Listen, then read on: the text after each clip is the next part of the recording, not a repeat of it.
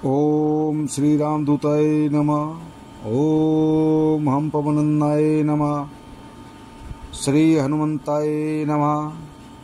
मनोजम मारुते तुल्य वेगम जितेन्द्रियम बुद्धिमता वरिष्ठम वतात्मज्यम वारनयूथ मुख्यम श्री राम दूतम शरणम प्रपदे।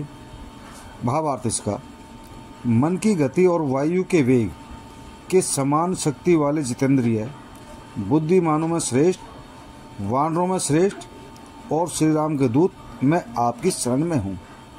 ओम भूमि पुत्रो महातेजा जगतम भव्य कृष्दा वृष्ट कृदे वृष्टिता च पीड़ाम हर्तु के कुंजहा। भावार्थ, हे पृथ्वी पुत्र महाते जवान मंगला देवता, आप हमारी पीड़ा हरें। बोलो सियापत रामचंद्र की जय। हनुमान जी के बारे में थोड़ी व्याख्या करूंगा। हनुमान जी ने वानर कुल में जन्म लिया था। इनके जन्म के अनेक कथाएं हैं। सबको मिलाकर देखने से प्रतीत होता है कि उनकी माता अंजनी थी, जो कि वनराज केसरी की पत्नी थी। अंजनी पुंज कुस्थला नामक एक अप्सरा थी, जो कि बृहस्पति के शापवश वानरी के रूप में आई थी। कहते हैं कि भगवान शिव का अंश ही हनुमान के रूप में अवतार लेकर आए थे। और यह भी कहते हैं कि अंजनी पर मुग्ध होकर स्वयं वायुदेव शिव का अंश अंजनी के गर्भ में रख गए थे। उसी से हनुमान जी का जन्म हुआ। यह बालक अत्यंत पराक्रमी था और उन्होंने एक बार सूर्य को फल समझकर निगल लिया था। तब इंद्र ने ब्रह्मास्त्र चला दिया, जिससे बालक हनुमान की ठोड़ी को आघात लगा। यह टेढ़ी हो गई। तब हनुमान के पिता वायुदेव ने कुपित होकर सारे संसार की शक्ति रोक दी थी। सांस के बिना सारा संसार मरनासन हो गया। तब ब्रह्मा तथा दूसरे देवता जाकर वायु और हनुमान से प्रार्थना करने लगे और सब ने अपनी अपनी शक्तियां हनुमान को दे दी। ब्रह्मा जी ने कहा, जब तक ब्रह्मा जी रहेंगे तब तक हनुमान तुम रहोगे। विष्णु ने भगवान का भक्त होने का वरदान दिया। इंद्र ने किसी भी शस्त्र से चोट लगने का वरदान दिया। अग्नि ने उन्हें अग्नि से अमर होने का वरदान दिया। वायु ने उन्हें अपनी गति दे दी। इस प्रकार सारे देवताओं ने उन्हें अतुलित बलधाम बनाया। तब संसार में पुनः प्राण संचार हुआ।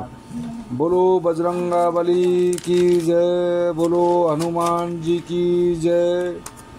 थोड़ा व्याख्या करूंगा हनुमान जी और भगवान राम के बारे में। लंका पे चढ़ाई करी थी तो राम सेतु बनाना था उनको समुद्र पार करने के लिए। उसके बारे में आपको थोड़ा सा मैं व्याख्या कर रहा हूँ, थोड़ा सा जानकारी दे रहा हूँ। एक बार जब नल और नील नामक सेतु वानर सेना बना रही थी, तो रामचंद्र जी देख रहे थे कि वानर राम नाम लिखकर जो पत्थर समुद्र में फेंक रहे हैं, वह समुद्र तो तैर रहे हैं। रामचंद्र जी को बड़ा आश्चर्य हो इस चीज़ का। उन्होंने सोचा कि मैं भी समुद्र में पत्थर डाल के देखूं कि तैरता है या डूबता है। तब भगवान राम ने चुपचाप वहाँ से खड़े होकर चल दिए और हनुमान जी को जब रामचंद्र जी भगवान दिखाई नहीं दिए तो वह छोटा सा रूप धारण कर लिया और उनका पीछा करते करते एक झाड़ी के पीछे छुप गए और छुप कर देखने लगे भगवान राम जी को क्या कर रहे हैं। राम जी ने जब पत्थर समुद्र में फेंका, वह पत्थर तो डूब गया। रामचंद्र जी ने कहा, चलो अच्छा हुआ किसी ने मुझे देखा तो नहीं है। इतने में हनुमान जी झाड़ी के पीछे से आकर के हनुमान जी के भगवान राम के सामने खड़े हो गए और कहने लगे, भगवान मैंने आपको देख लिया है। रामचंद्र जी कहने लगे, हनुमान जी किसी से ये मत कहना, नहीं तो हमारी वानर सेना का विश्वास मेरे से छूट जाएगा। इस पर हनुमान जी ने कहा, भगवान ऐसा नहीं है, बिल्कुल भी। बल आपके नाम में है, आप में नहीं।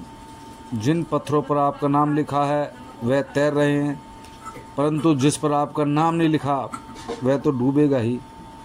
कहने का तात्पर्य यह है कि राम नाम जपने वाले भवसागर तर जाते हैं और जो राम नाम नहीं जपते वह डूब जाते हैं। बोलो सियापत रामचंद्र की जय, बोलो पवन सुत हनुमान की जय, बोलो बजरंगबली की जय।